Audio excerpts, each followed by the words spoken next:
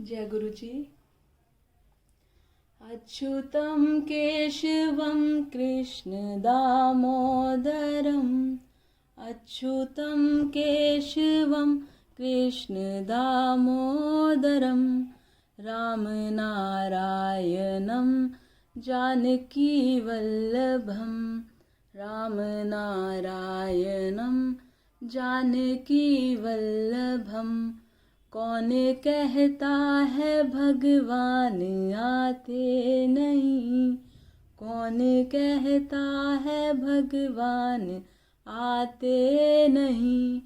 हम मीरा के जैसे बुलाते नहीं, हम मीरा के जैसे बुलाते नहीं। कौन कहता है भगवान आते नहीं, कौन कहता है भगवान आते नहीं। हम मीरा के जैसे बुलाते नहीं, हम मीरा के जैसे बुलाते नहीं। अच्युतं केशवं कृष्ण दामोदरं रामनारायणं जानकीवल्लभं रामनारायणं जानकीवल्लभम्। ओम नमः शिवाय, शिवजी सदा सहाय। ओम नमः शिवाय, शिवजी सदा सहाय। ओम नमः शिवाय, गुरुजी सदा सहाय। ओम नमः शिवाय, शिवजी सदा सहाय। गुरुजी सदा सहाय, शिवजी सदा सहाय। जय गुरु जी। गुरु जी का लख लख शुक्राना, गुरु जी की प्यारी प्यारी संगत का लख लख शुक्राना। संगत जी, कल हमने पंचदश अध्याय का श्रवण किया था, जिसमें पृथ्वी आदि से निर्मित देव प्रतिमाओं के पूजन की विधि, उनके लिए नैवेद्य का विचार, पूजन के विभिन्न उपचारों का फल, विशेष मास वार तिथि एवं नक्षत्रों के योग में पूजन का विशेष फल तथा लिंग के वैज्ञानिक स्वरूप का विवेचन किया गया था। संगत जी, आज हम षोडश अध्याय 16वां अध्याय का श्रवण करेंगे। संगत जी, 16वां अध्याय थोड़ा सा विस्तार में है, तो मैं गुरु जी से अरदास करूँगी, गुरु जी हमें भक्ति देना, नाम देना और धैर्य देना, ताकि हम अच्छे से आपके महापुराण कथा का श्रवण कर सकें और उसको अपने जीवन में अमल कर सकें। जय गुरु जी। तो संगत जी शुरू करते हैं। बोलो गणपति महाराज की जय, बोलो शंकर भगवान की जय, गुरु जी महाराज की जय। षोडश अध्याय। षडलिंग स्वरूप प्रणव का महात्म्य, उसके सूक्ष्म रूप ओंकार और स्थूल रूप पंचाक्षर मंत्र का विवेचन, उसके जप की विधि एवं महिमा, कार्य ब्रह्मा के लोकों से लेकर कारण रुद्र के लोकों तक का विवेचन करके कालातीत पंचावरण विशिष्ट शिवलोक के अनिर्वचनीय वैभव का निरूपण तथा शिव भक्तों के सत्कार की महत्ता। ऋषि बोले, प्रभु महामुने, आप हमारे लिए क्रमशः षडलिंग स्वरूप प्रणव का महात्म्य तथा शिव भक्त के पूजन का प्रकार बताइए। सूत जी ने कहा, महर्षियों, आप लोग तपस्या के धनी हैं। आपने यह बड़ा सुंदर प्रश्न उपस्थित किया है, किंतु इसका ठीक ठीक उत्तर महादेव जी ही जानते हैं, दूसरा कोई नहीं। तथापि भगवान शिव की कृपा से ही मैं इस विषय का वर्णन करूंगा। वे भगवान शिव हमारी और आप लोगों की रक्षा का भारी भार बारंबार स्वयं ही ग्रहण करें। प्रनाम है प्रकृति से उत्पन्न संसार रूपी महासागर का। प्रणव इससे पार करने के लिए दूसरी नाव है, इसलिए इस ओंकार को प्रणव की संज्ञा देते हैं। ओंकार अपने जप करने वाले साधकों से कहता है, प्रपंच न नहीं है वह तुम लोगों के लिए। अतः इस भाव को लेकर भी ज्ञानी पुरुष ओम को प्रणव नाम से जानते हैं।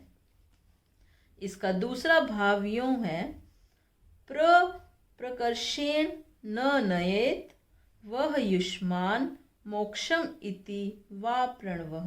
अर्थात यह तुम सब उपासकों को बलपूर्वक मोक्ष तक पहुंचा देगा। इस अभिप्राय से भी इसे ऋषि मुनि प्रणव कहते हैं। अपना जप करने वाले योगियों के तथा अपने मंत्र की पूजा करने वाले उपासक के समस्त कर्मों का नाश करके यह दिव्य नूतन ज्ञान देता है, इसलिए भी इसका नाम प्रणव है। उन माया रहित महेश्वर को ही नव अर्थात नूतन कहते हैं। वे परमात्मा प्रकृष्ट रूप से नव अर्थात शुद्ध स्वरूप हैं, इसलिए प्रणव कहलाते हैं। प्रणव साधक को नव अर्थात नवीन शिव स्वरूप कर देता है, इसलिए भी विद्वान पुरुष उसे प्रणव के नाम से जानते हैं अथवा प्रकृष्ट रूप से नव दिव्य परमात्म ज्ञान प्रकट करता है, इसलिए वह प्रणव है। प्रणव के दो भेद बताए गए हैं, स्थूल और सूक्ष्म। एक अक्षर रूप जो ओम है उसे सूक्ष्म प्रणव जानना चाहिए और नमः शिवाय इस 5 अक्षर वाले मंत्र को स्थूल प्रणव समझना चाहिए। जिसमें 5 अक्षर व्यक्त नहीं हैं वह सूक्ष्म है और जिसमें 5 अक्षर सुस्पष्ट रूप से व्यक्त हैं वह स्थूल है। जीवन मुक्त पुरुष के लिए सूक्ष्म प्रणव के जाप का विधान है, वही उसके लिए समस्त साधनों का सार है। यद्यपि जीवन मुक्त के लिए किसी साधन की आवश्यकता नहीं है क्योंकि वह सिद्ध रूप है, तथापि दूसरों की दृष्टि में जब तक उसका शरीर रहता है तब तक उसके द्वारा प्रणव जप की सहज साधना स्वतः होती रहती है। वह अपनी देह का विलय होने तक सूक्ष्म प्रणव मंत्र का जप और उसके अर्थभूत परमात्म तत्व का अनुसंधान करता रहता है। जब शरीर नष्ट हो जाता है तब वह पूर्ण ब्रह्म स्वरूप शिव को प्राप्त कर लेता है, यह सुनिश्चित बात है। बोलो महादेव शंकर भगवान की जय। जो अर्थ का अनुसंधान न करके केवल मंत्र का जप करता है उसे निश्चय ही योग की प्राप्ति होती है। जिसने 36 करोड़ मंत्र का जप कर लिया हो उसे अवश्य ही योग प्राप्त हो जाता है।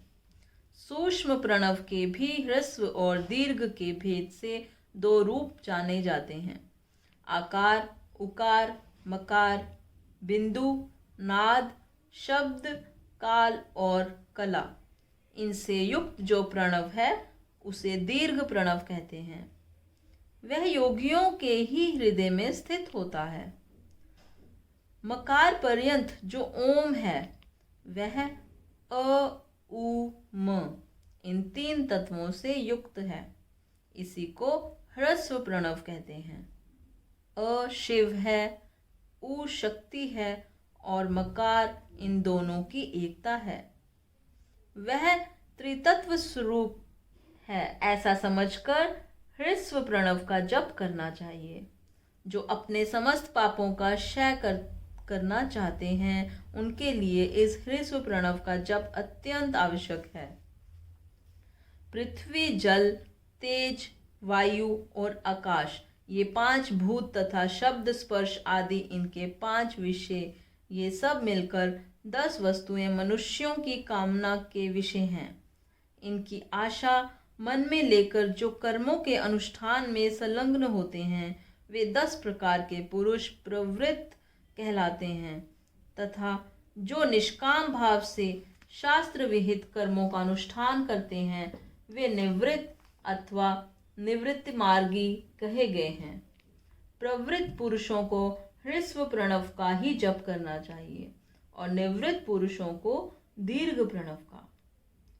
व्याहृतियों तथा अन्य मंत्रों की आदि में इच्छानुसार शब्द और कला से युक्त प्रणव का उच्चारण करना चाहिए।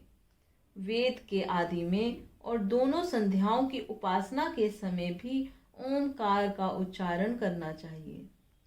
प्रणव का 9 करोड़ जप करने से मनुष्य शुद्ध हो जाता है। फिर 9 करोड़ का जप करने से वह पृथ्वी तत्व पर विजय पा लेता है। तत्पश्चात पुनः 9 करोड़ का जप करके वह जल तत्व को जीत लेता है। पुनः 9 करोड़ जप से अग्नि तत्व पर विजय पाता है। तदंतर फिर 9 करोड़ जप करके वह वायु तत्व पर विजय होता है। फिर से 9 करोड़ के जप से आकाश को अपने अधिकार में कर लेता है। इसी प्रकार 9 करोड़ का जप करके वह क्रमशः गंध, रस, रूप, स्पर्श और शब्द पर विजय पाता है। इसके बाद फिर 9 करोड़ का जप करके अहंकार को भी जीत लेता है। इस तरह 108 करोड़ प्रणव का जप करके उत्कृष्ट बोध को प्राप्त हुआ पुरुष शुद्ध योग का लाभ करता है। शुद्ध योग से युक्त होने पर वह जीवन मुक्त हो जाता है, इसमें कोई संशय नहीं है। सदा प्रणव का जप और प्रणव रूपी शिव का ध्यान करते करते समाधि में स्थित हुआ महायोगी पुरुष साक्षात शिव ही है, इसमें संशय नहीं है। पहले अपने शरीर में प्रणव के ऋषि, छंद और देवता आदि का न्यास करके फिर जप आरंभ करना चाहिए।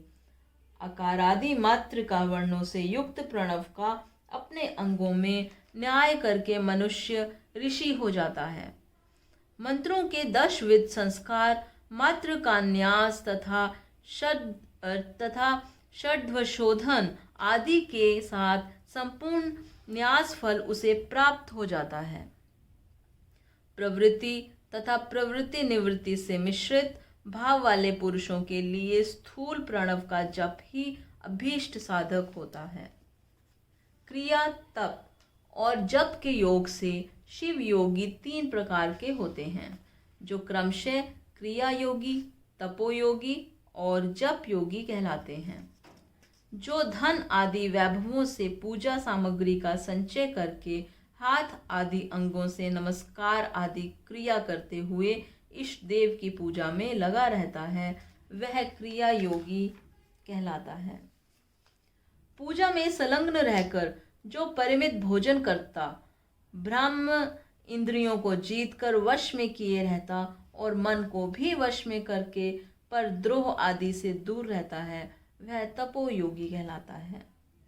इन सभी सद्गुणों से युक्त होकर जो सदा शुद्ध भाव से रहता तथा समस्त काम आदि दोषों से रहित हो शांत चित्त से निरंतर जप किया करता है, उसे महात्मा पुरुष जप योगी मानते हैं। जो मनुष्य 16 प्रकार के उपचारों से शिव योगी महात्माओं की पूजा करता है, वह शुद्ध होकर सलोक्य आदि के क्रम से उत्तरोक्त उत्कृष्ट मुक्ति को प्राप्त कर लेता है। द्विजों, अब मैं जप योग का वर्णन करता हूँ, तुम सब लोग ध्यान देकर सुनो। तपस्या करने वाले के लिए जप का उपदेश किया गया है, क्योंकि वह जप करते करते अपने आप को सर्वथा शुद्ध कर लेता है।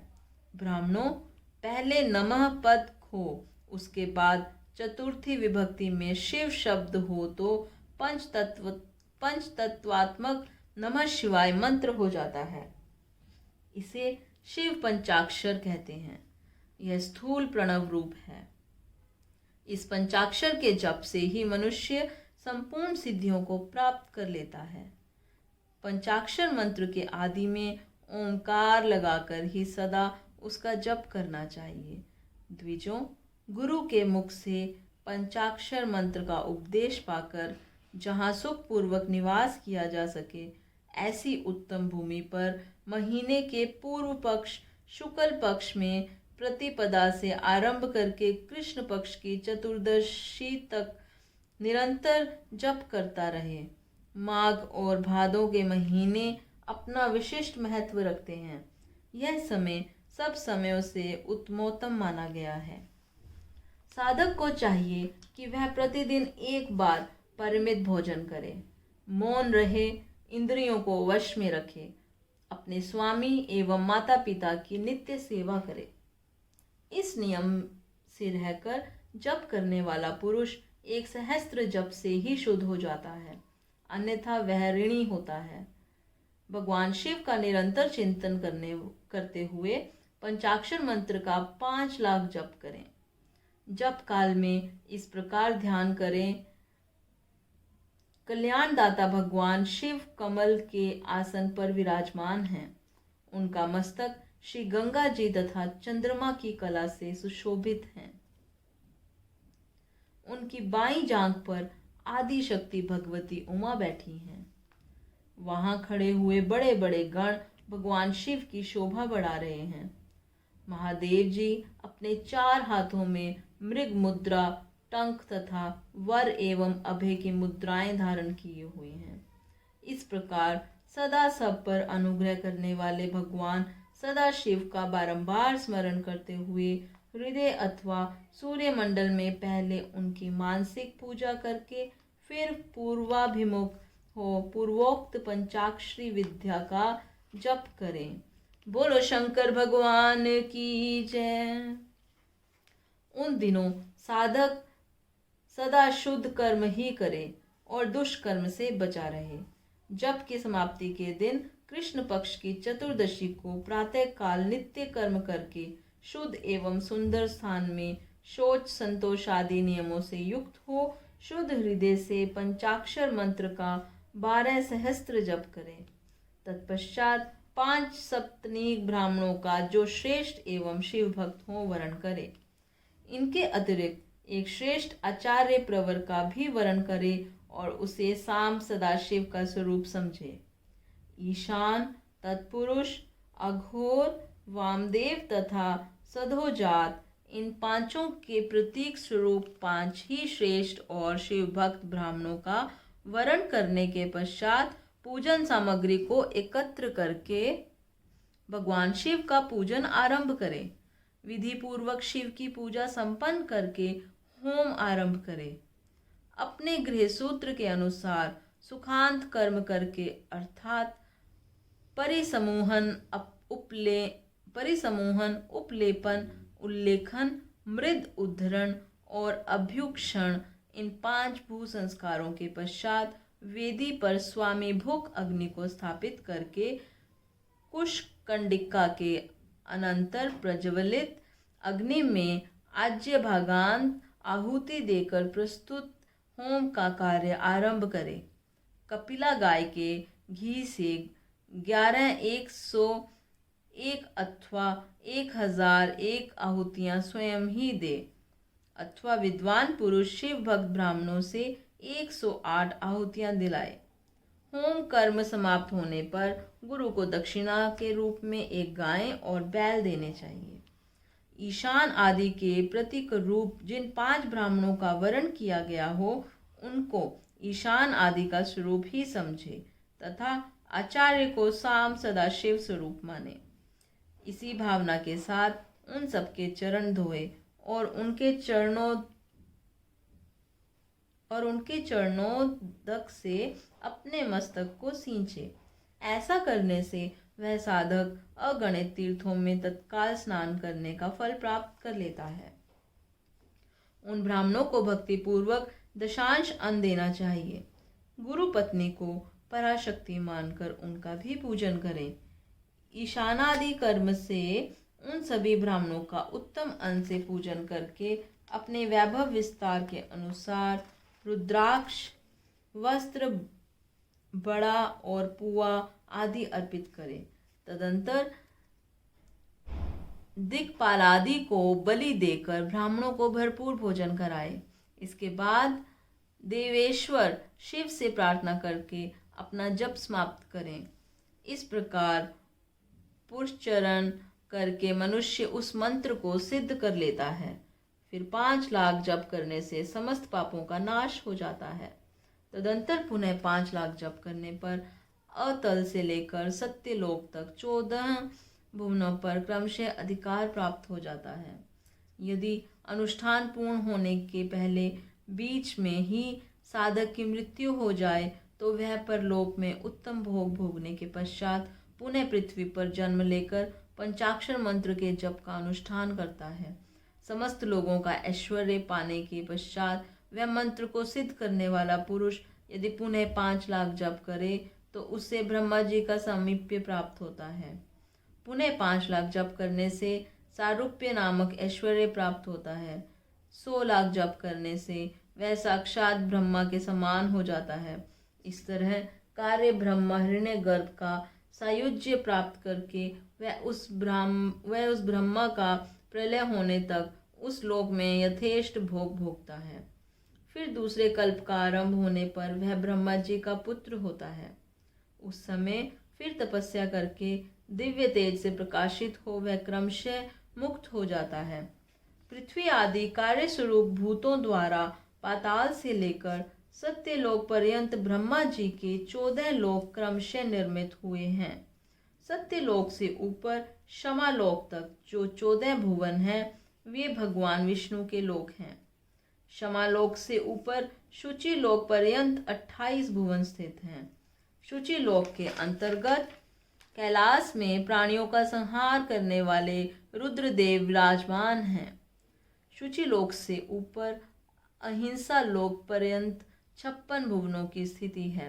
अहिंसा लोक का आश्रय लेकर जो ज्ञान कैलाश नामक नगर शोभा पाता है उसमें कार्यभूत महेश्वर सबको अदृश्य करके रहते हैं।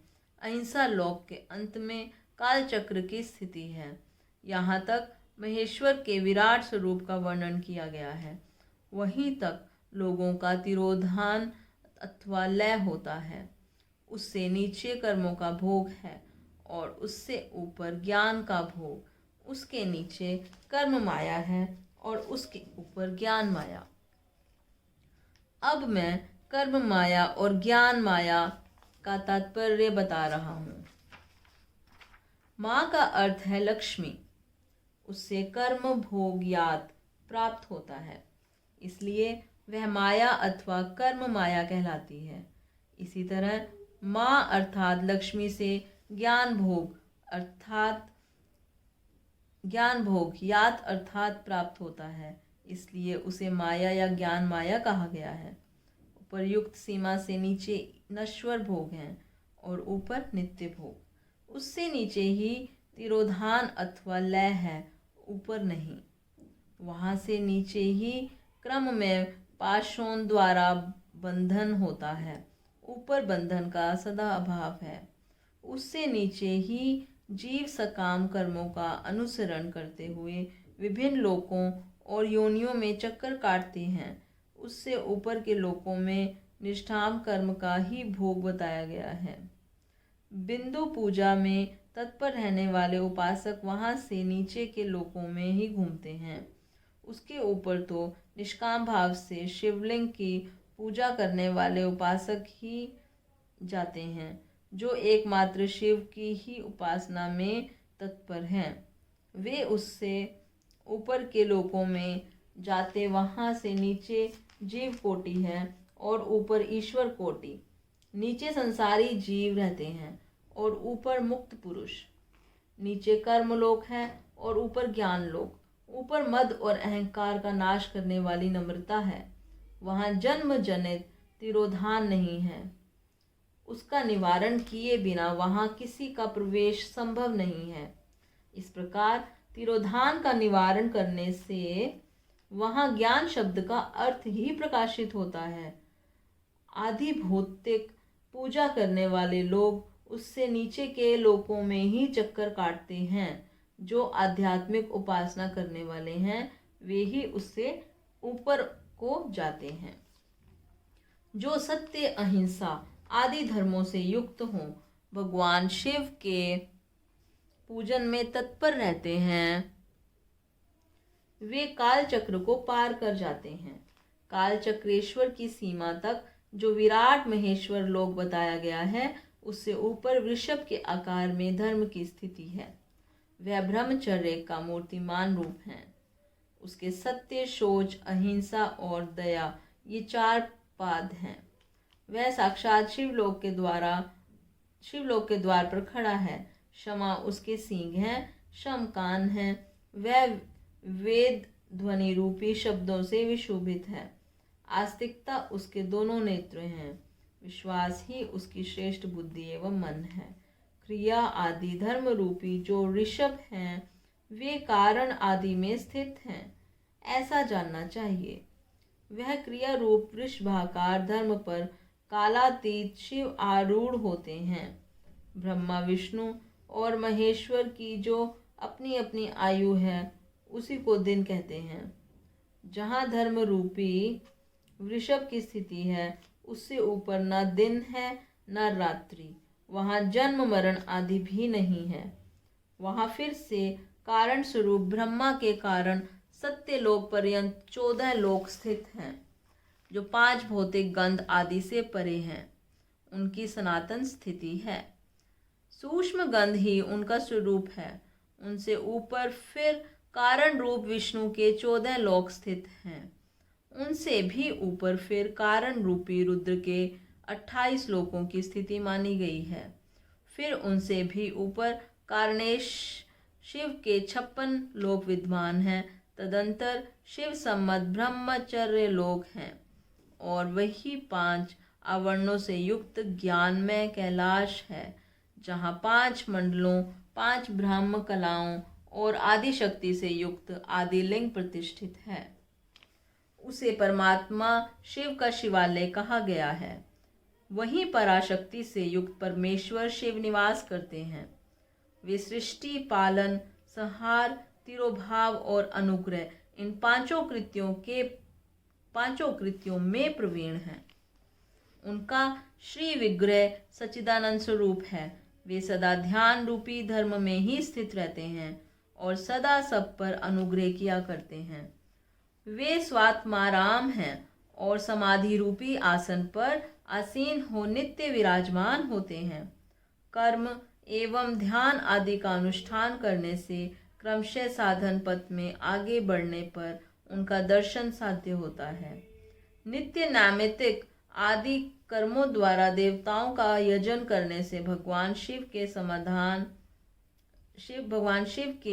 समाराधन कर्म में मन लगता है। क्रिया आदि जो शिव संबंधी कर्म हैं, उनके द्वारा शिव ज्ञान सिद्ध करें। जिन्होंने शिव तत्व का साक्षात्कार कर लिया है अथवा जिन पर शिव की कृपा दृष्टि पड़ चुकी है, वे सब मुक्त ही हैं, इसमें संशय नहीं है। आत्मस्वरूप से जो स्थिति है वही मुक्ति है। एकमात्र अपने आत्मा में रमण या आनंद का अनुभव करना ही मुक्ति का स्वरूप है।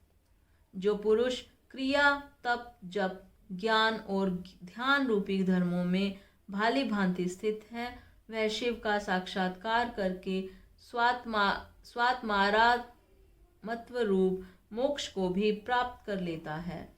जैसे सूर्य देव अपनी किरणों से अशुद्धि को दूर कर देते हैं, उसी प्रकार कृपा करने में कुशल भगवान शिव अपने भक्त के अज्ञान को मिटा देते हैं।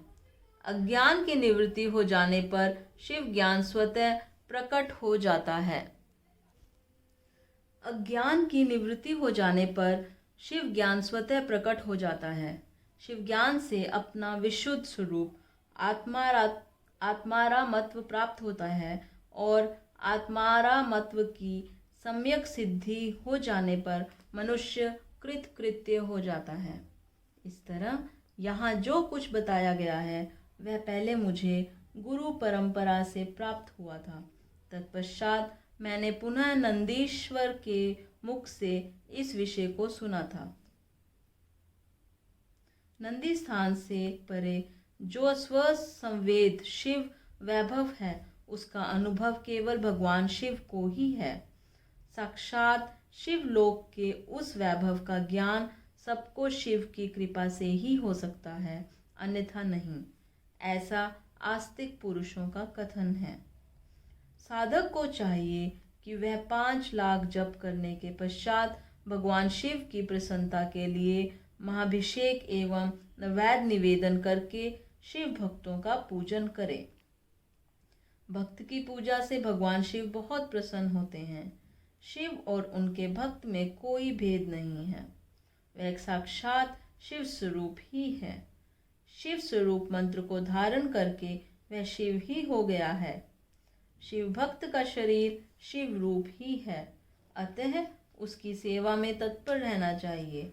जो शिव के भक्त हैं वे लोक और वेद की सारी क्रियाओं को जानते हैं।